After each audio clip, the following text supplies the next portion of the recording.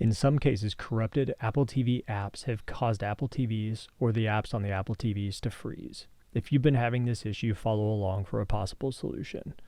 Start by navigating to the settings icon on your Apple TV using the Apple TV supplied remote. Select System. Now select Software Updates. Choose Update Software. If your software is currently up to date, you'll see this screen and navigate back to the menu page.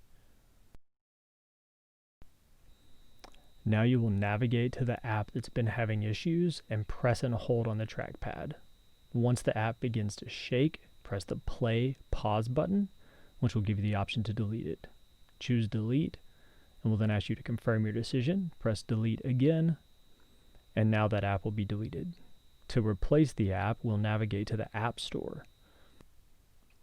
Once in the App Store, search for the app that you're looking to download, in my case, HBO Max. Once you've found it, navigate to it, select it, and then you'll see the download option on the left-hand side. Choosing that will add it back to your home screen where you can re-log in if necessary.